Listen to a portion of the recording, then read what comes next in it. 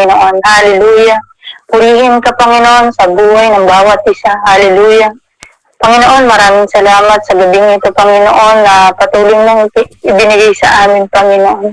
Salamat sa buhay, Panginoon. Salamat sa bawat umaga, Panginoon, na meron kaming hininga, Panginoon. Na nakakagalaw kami, Panginoon. Maraming salamat. Hallelujah. Hallelujah. Purihin ka, Panginoon. Panginoon, dinadalangin ko po, Panginoon. Dinadalangin namin, Panginoon, na ikaw yung patuloy na kumilos sa aming buhay. Ngayong gabi, Panginoon, kung ano yung kapahayagan mo sa bawat isa, Panginoon, malaya ka po itong gawin, Panginoon. Malaya ka po itong ipahayag sa bawat isa, Panginoon. Panginoon, dinadalangin ko po yung aklat ng Pedro, Panginoon. Salamat, Panginoon, sa iyong mga salita. Patuloy mo kaming turuan, Panginoon. Patuloy mo ipahayag sa amin, Panginoon, yung nais mo, yung kalooban mo, Panginoon. Yung aral, Panginoon, na dapat namin matutunan, Panginoon. Sa ganon, yung mga salita mo ay tumimo sa aming mga puso at ito'y magamit namin sa pang-araw-araw naming buhay, Panginoon. Panginoon, buksan mo po, Panginoon, yung aming puso, yung aming isipan, Panginoon. Sa ganun yung mga salita mo, Panginoon, ay pumasok, Panginoon, malayang makapasok ito, Panginoon. At patuloy na mamuhay sa aming buhay, Panginoon. Panginoon, dinadalangin ko yung mga kabataan na wala pa rito. Ito yung patuloy na mag-iingat sa kanila. Ito yung magbigay ng desire sa kanilang puso, Panginoon.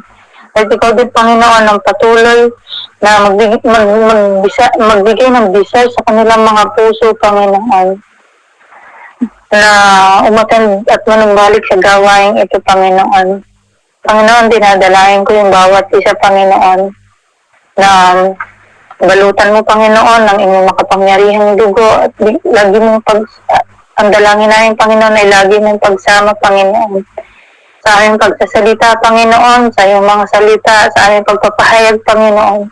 Yung patuloy na mataas, Panginoon. Ito yung patuloy na maghari, Panginoon, at patuloy na madakila, Panginoon.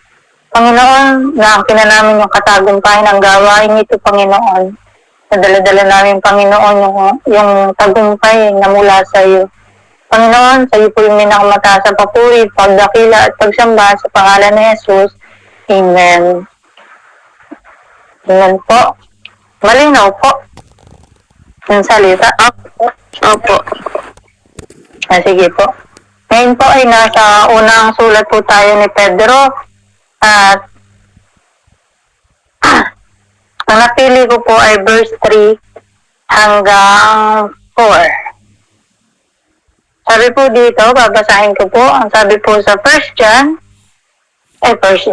Unang Pedro, chapter 1, verse 3 to 4. Ang sinasabi po dito, pasalamatan natin ng Diyos at Ama ng ating Panginoong Jesus dahil sa laki ng habag niya sa atin, tayo binigyan niya ng isang panibagong buhay sa pamamagitan ng muling pagkabuhay ni Kristo. Ito ang nagbibigay sa atin ng isang buhay na pag-asa. Sa verse 4 po, na magmamana tayo ng kanyang di masisira, walang kapintasan at di kukupas na inihanda ng Diyos sa langit para sa inyo. At purihin po yung pagkabasa po ng salita po ng ating Panginoon. At kung mababasa po natin sa title po na ito ay Isang Buhay na Pag-asa. At ang nais po ipaunawa, ang salamat po sa pagkabasa po ng salita ng Panginoon.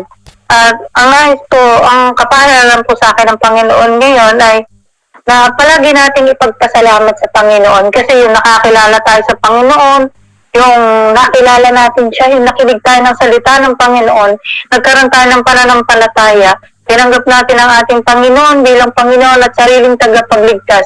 Alam niyo po, lagi po natin pagpasalamat sa Panginoon yun. Yun po ibiyaya sa atin ng Panginoon. Sabi nga po dito sa verse 3, pasalamatan natin ng Diyos na Ama ng ating Panginoong Jesus dahil sa laki ng habag niya sa atin, tayo binigyan niya ng isang panibagong buhay sa pamamagitan ng muling pagkabuhay ni Kristo Jesus. Mula po nung sabi nga po sa John 3:16, sapagkat gayon na lamang ang pag-ibig ng Diyos. Di ba binigay niya po yung kanyang kaisa-isang anak para sa atin, para sa mga kasalanan natin. Siya yung naghirap, siya yung nag-sacrifice. Di ba po? Kaya nais po ng Panginoon, pasalamatan natin, lagi natin ipagpasalamat yun sa bawat araw. Kasi sabi rito, binigyan kayo ng panibagong buhay mula noon, nung muling pagkabuhay ni Kristo Jesus. Di ba po? Nung tinanggap natin ang Panginoon, tinanggap natin yung kaligtasan na nagmumula sa Panginoon, di ba po, doon niligtas tayo ng Panginoon sa ating mga kasalanan. At dahil doon, tanggapin natin yung binigay ng Panginoon. Kanina nga po, na-share ko po dun sa Bible study dun sa Lucena, dun sa mga kasamahan po ni Ate Ay, na yung regalo na binigay sa atin ng Panginoon ay yun yung kaligtasan. Ang kinakailangan lang po natin, tanggapin natin yun para matanggap natin yung kaligtasan. At dahil dito po, sabi dito, sa atin po, di ba tinanggap na natin ang ating Panginoon, tinanggap na natin yung regalo. Kaya ang nais po ng Panginoon, pasalamatan natin ang Diyos at Ama na ang ating Panginoong Jesus.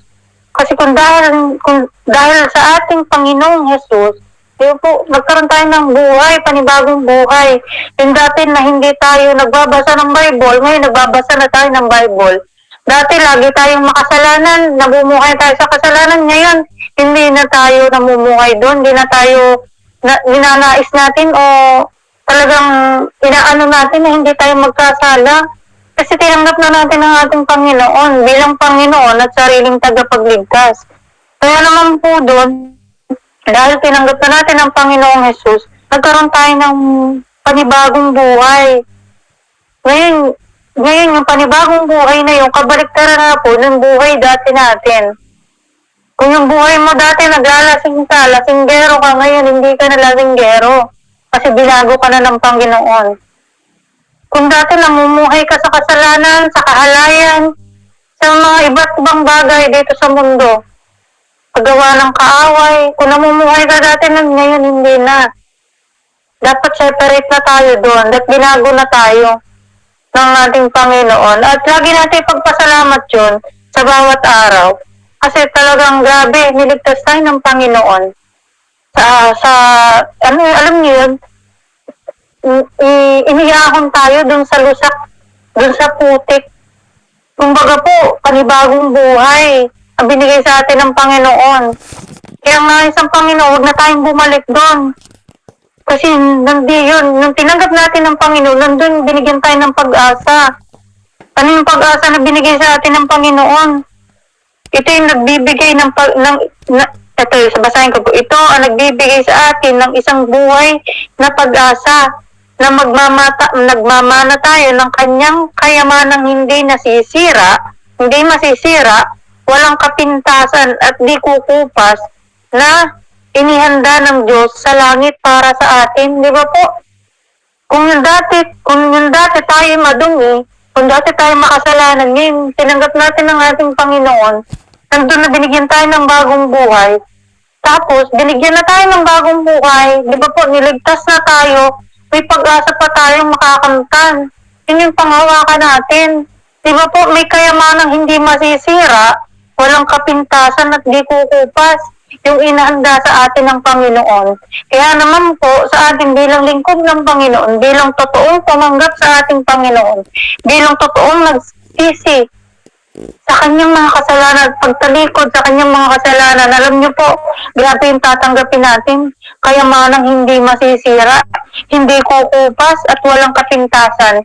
Yun po ay sa langit inihanda sa atin ng ating Panginoon. Kaya naisin po natin na palagi natin ipagpasalamat sa Panginoon dahil yun ibiyaya sa atin ng Panginoon.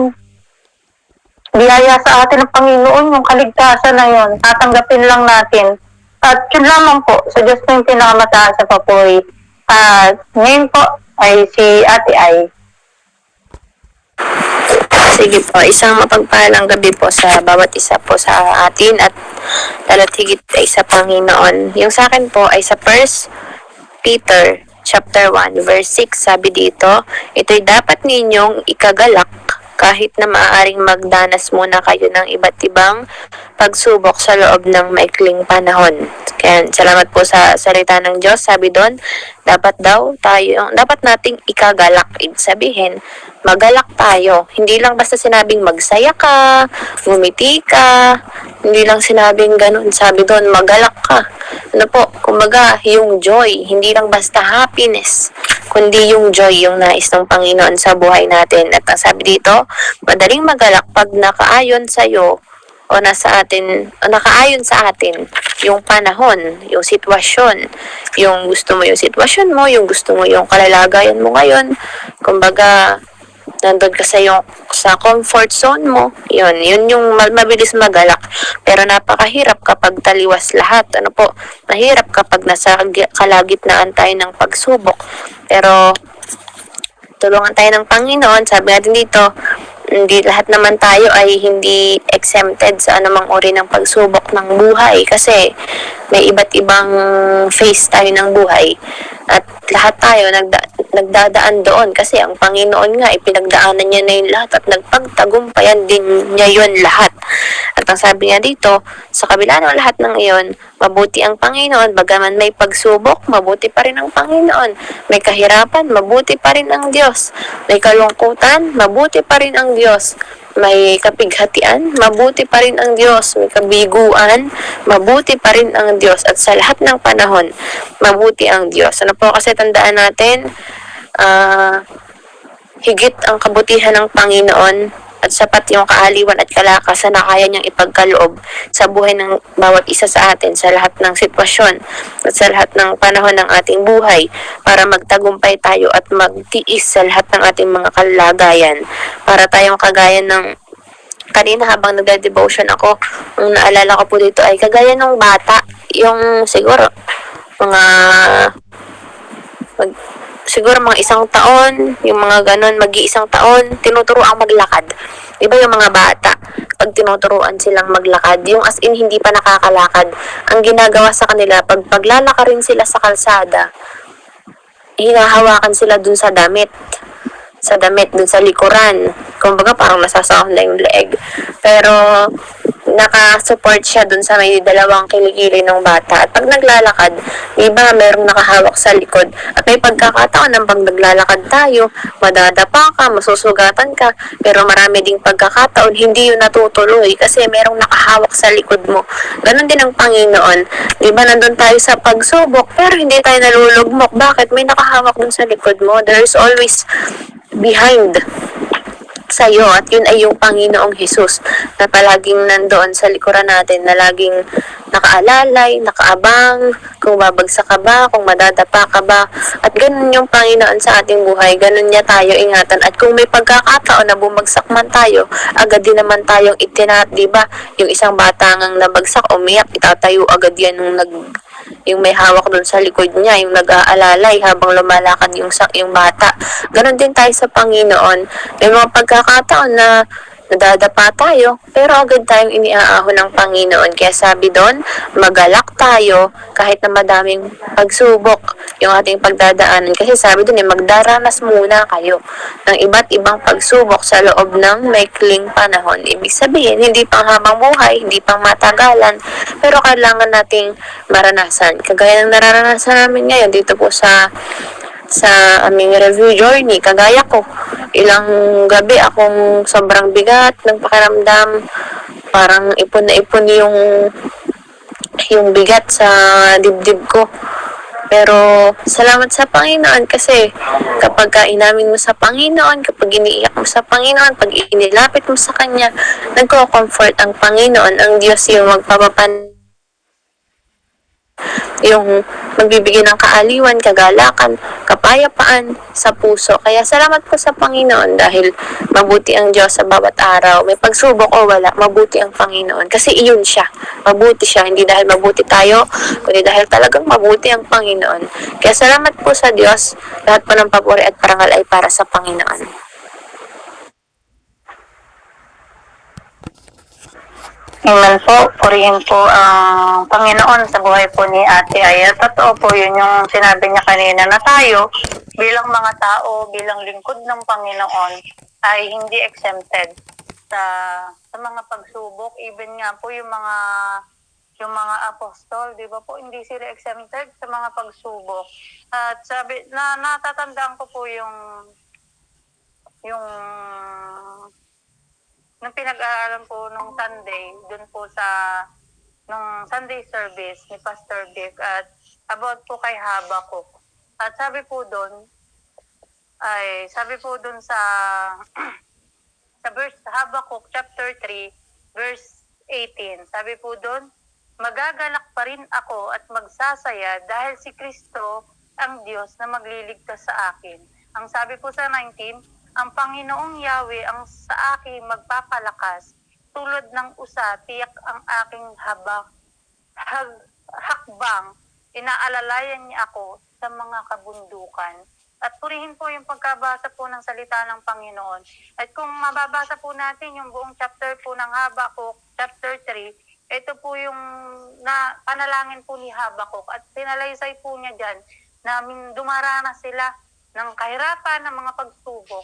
Pero ang tugon po ni Habakuk dito sa chapter 8, sa verse 18, magagalak pa rin ako at magsasaya dahil si Yahweh ang Diyos na magliligtas sa atin.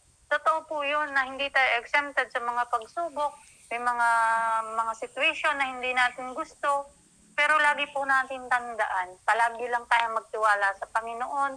Kasi sabi nga po, kung mababasa natin yung sa unang Pedro, dito po kung nabasa po natin yung buong chapter 1, nandyan po, inalintulad po yung pananampalataya natin sa ginto, sa paggawa ng ginto. Di ba po yung ginto, grabe ang pinagdadaanan niyan.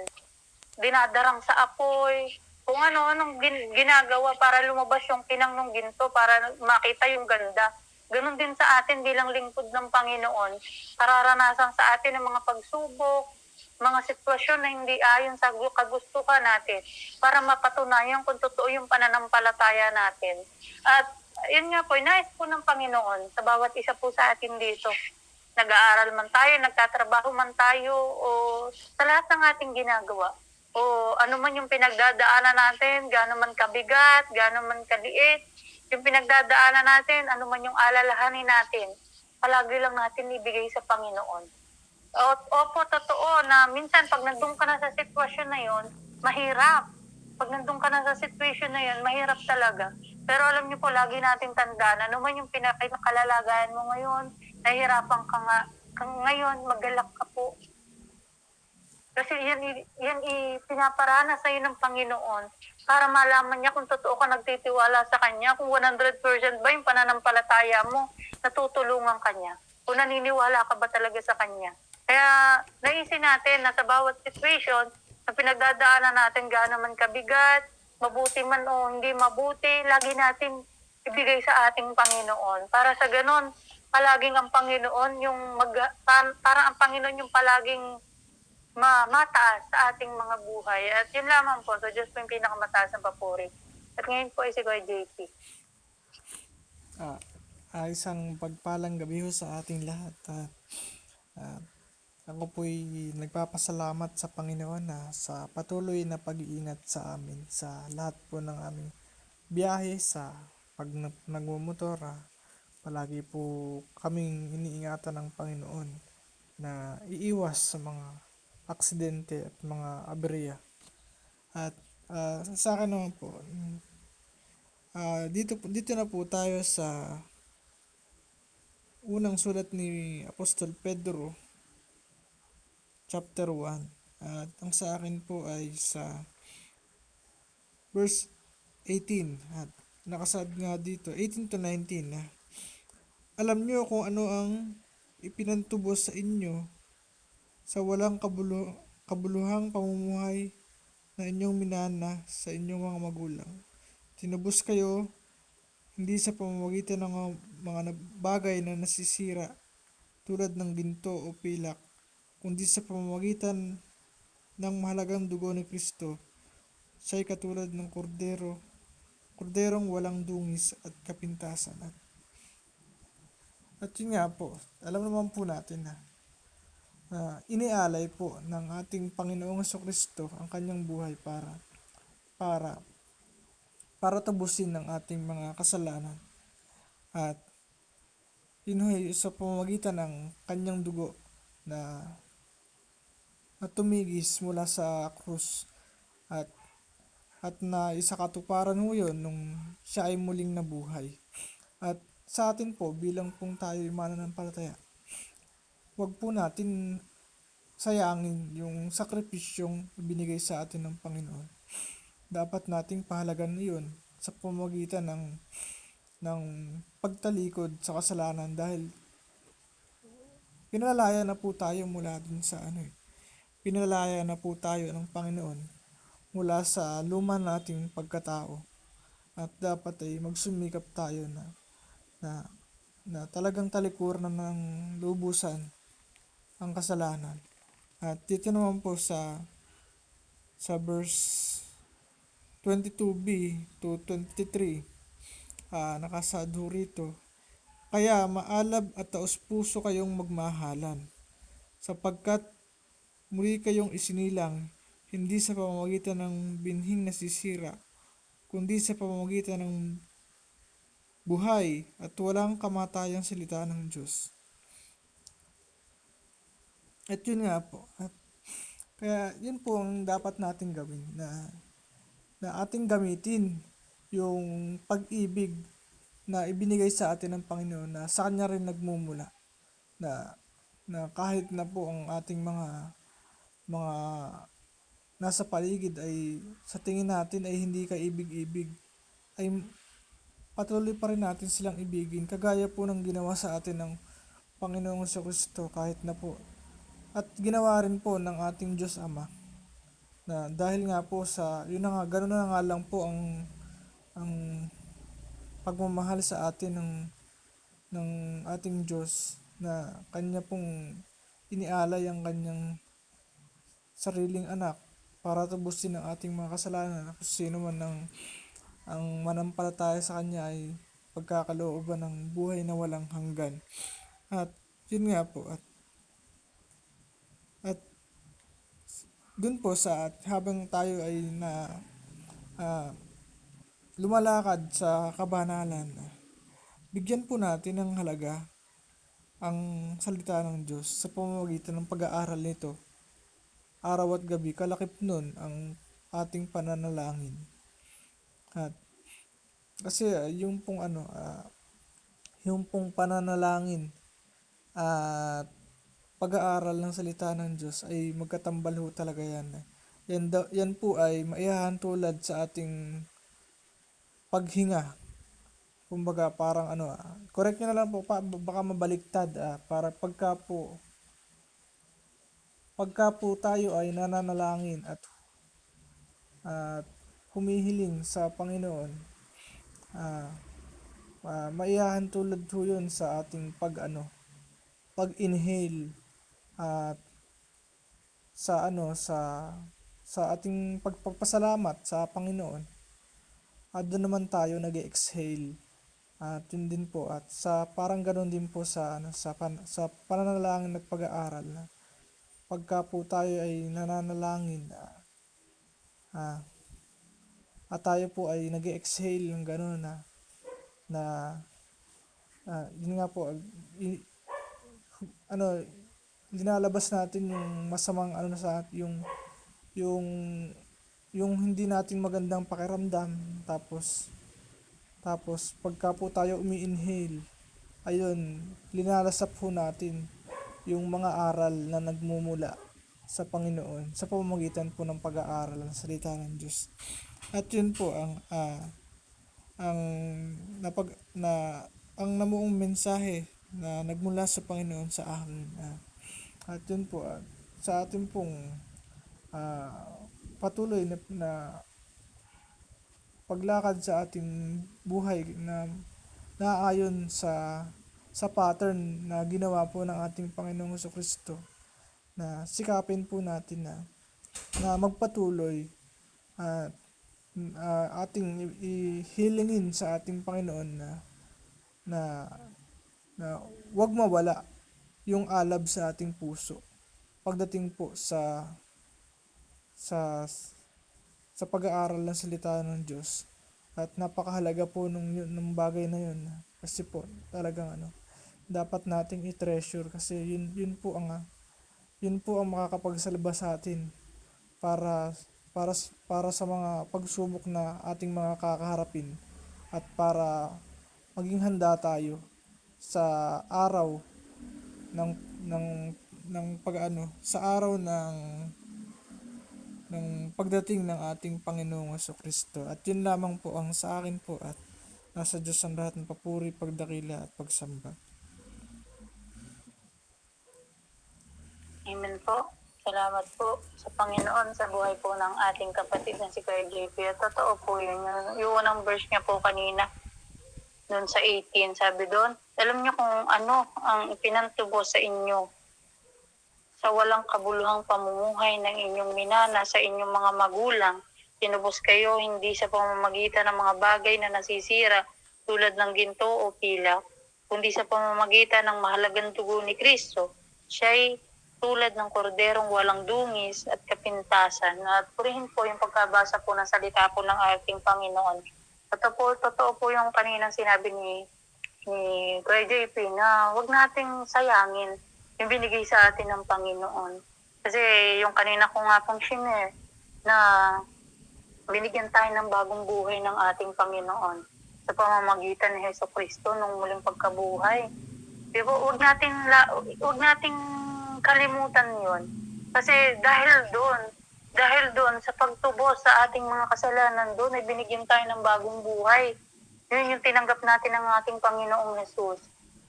Diba po? Kaya wag po, minsan kasi nangyayari nga po, ang sabi ko nga po yung mga nakaraan na pagtatanggapin natin ang ating Panginoon ay bilang Panginoon at sariling tagapagligtas, dapat po hindi yun maghihiwalay. Hindi maghihiwalay yung pagtinanggap natin ng Panginoon. Bilang Panginoon at bilang sariling tagapagligtas mo. Dapat po hindi maghihiwalay yun, dapat laging magkasama yun. Minsan na nagiging problema lang kasi, tinanggap mo yung kaligtasan, yung pagiging tagapagligtas ng ating Panginoon. Hindi mo natatanggap yung bilang Panginoon ng Panginoon. Kaya sa atin po, bilang lingkod ng Panginoon, na bawat isa po, ay palagi nating alalahanin kung paano tayo tinubos sa ating mga kasalanan. Sino ba tayo para tubusin ng isang banal, ng isang walang kapintasan? Di ba po, isipin na lang natin, marumi tayo. Sino tayo sa harapan ng Panginoon? Di ba po? Kaya huwag nating kalilimutan yung ginawa ng Panginoon. Ginawa ni Hesus Kristo sa krus. Yung naghirap siya para sa ating mga kasalanan.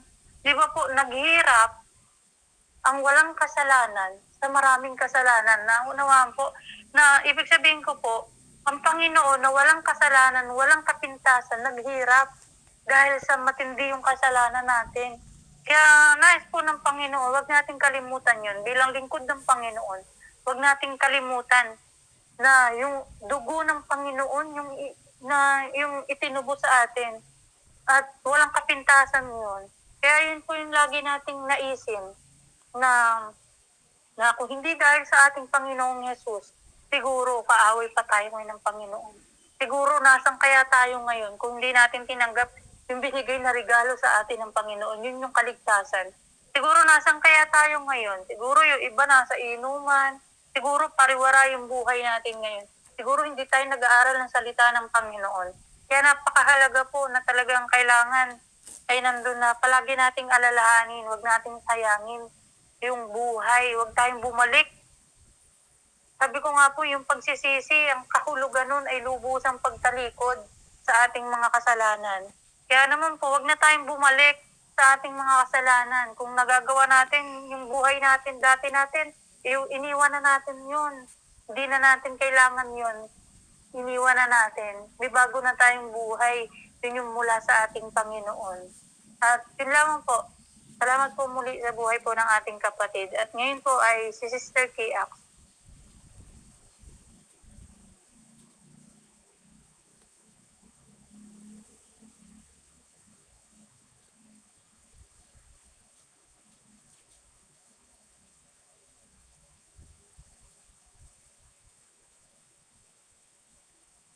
Turkey Ox.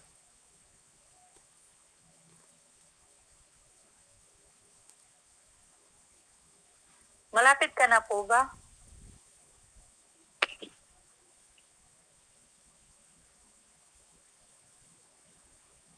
Sige, doblehin mo bukas ha.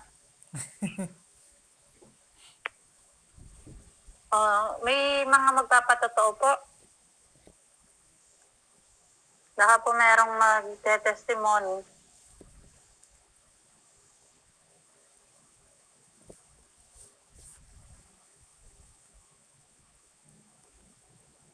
Sige po kay JP. Gusto ko lang pong invite po ang lahat sa darating pong anniversary ng Mountain High Faith Church Bugarin. Ayun po ay gaganapin na sa darating na Sabado.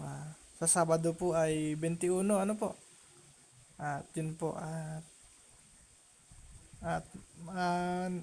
kagalakan ho sa amin na makapiling namin ang mga lingkod ng Panginoon mula sa iba't ibang church. At yun po, maraming salamat po.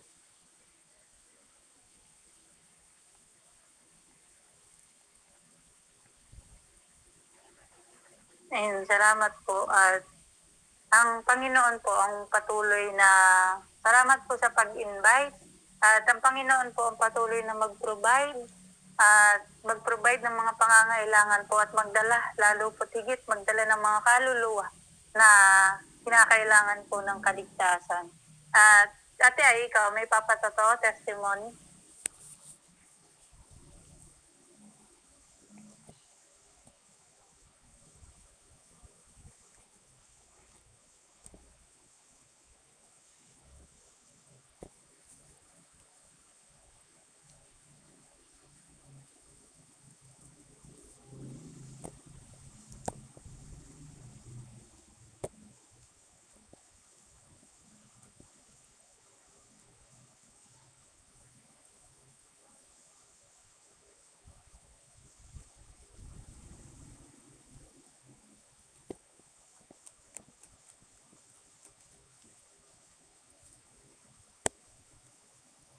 Sige po, baka po nagre-review si Ate Ay at di tayo naririnig.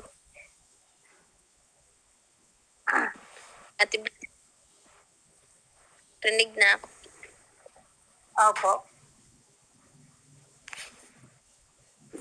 Closing. Hindi ko nga kayo narinig kanina. Closing ba? Hindi po. Baka po magpapatotoo. Kala ko closing. Yung buti nagtanong ako. Pwede na ako.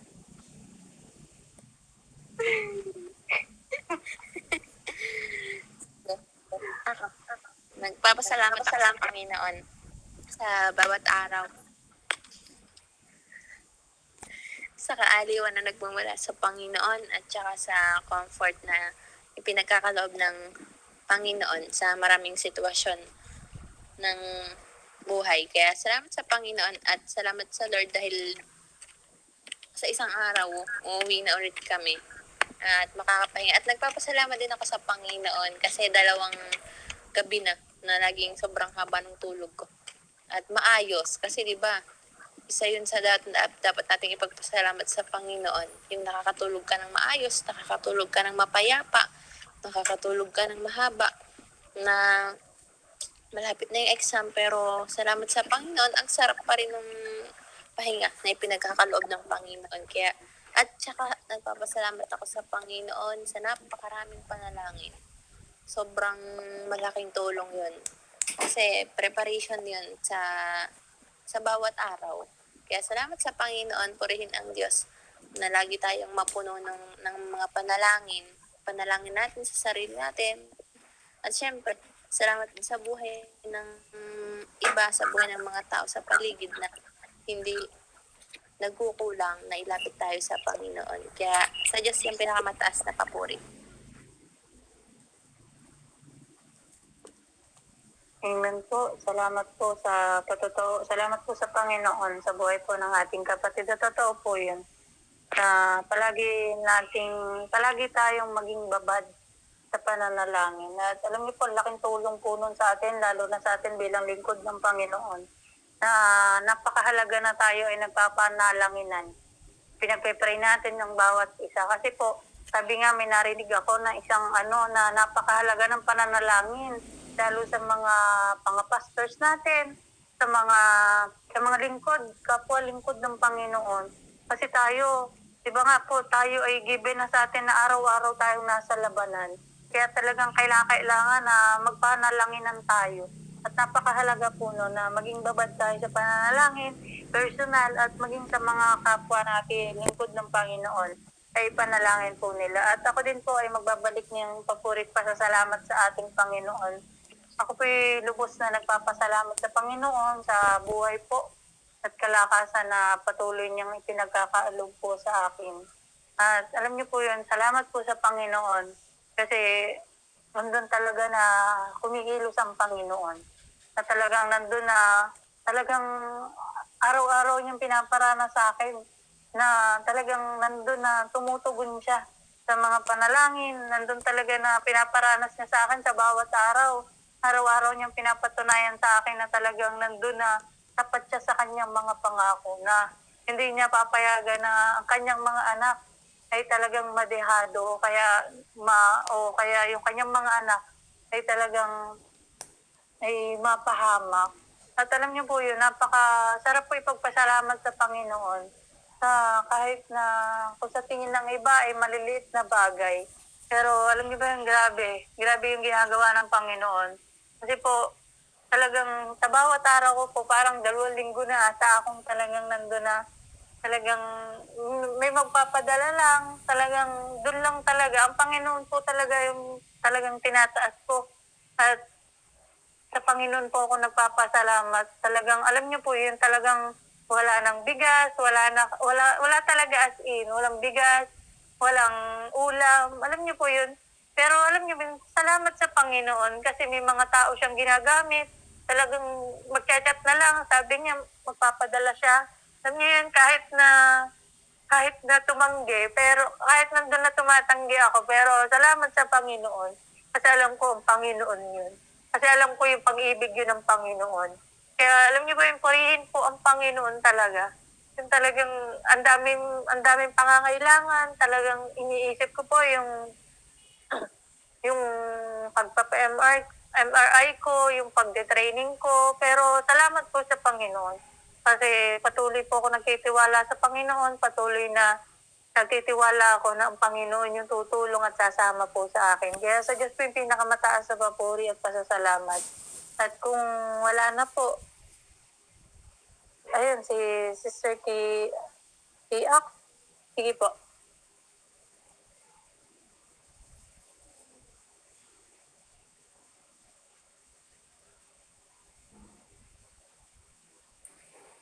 Mag-testimony na lang po muna. Darating ko lang po kasi.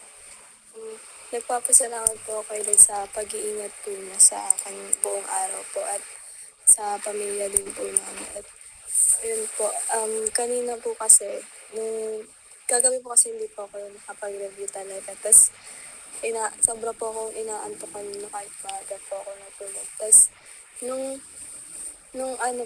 exam, ay kanina pong quiz namin, nakapagsagot naman po ako. Tapos, nagpapasalamat po kay Lord sa po niya sa akin, sa patuloy na pagpo-provide po ng lahat ng pangailangan po ng pamilya. At ganyan din po, nung kanina po kasi, sobrang po akong kinakabahan. Kasi may pinapa-memorize po na sa amin na banghaba po, ay hindi naman tamad po talaga ako maggaganon. Tapos nung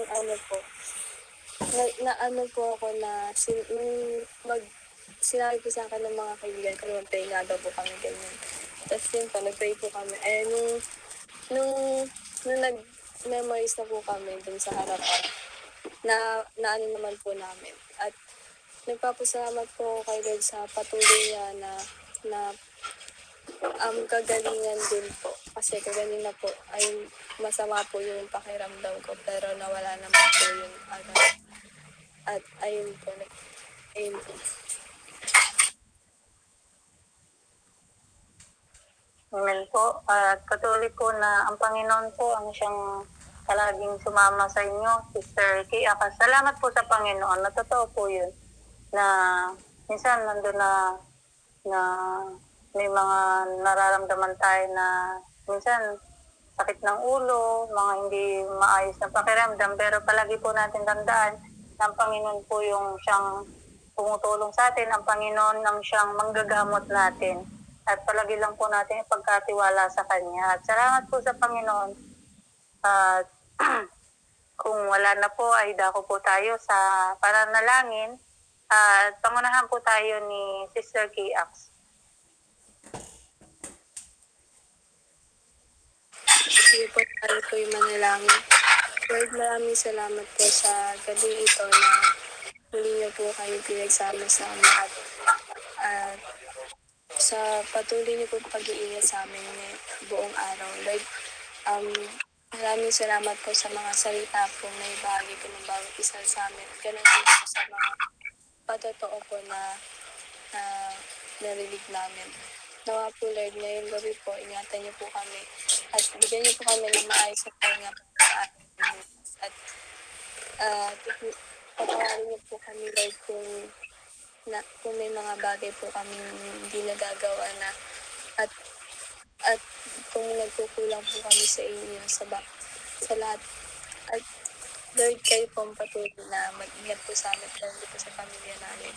At ganoon din, Lord, hinihiling ko po na bigyan niyo po ng kagalingan ng bawat isang may karamdaman po. At kayo po ang patuloy na mag-ingat po at gumabay po sa bawat isa. Sa inyong kapilangan, taas na pabulit pagsamba. In Jesus' name, Amen. God bless po. God bless. Good night. Good night po. Bukas na lang po ako mag-shares. Sige po. God bless.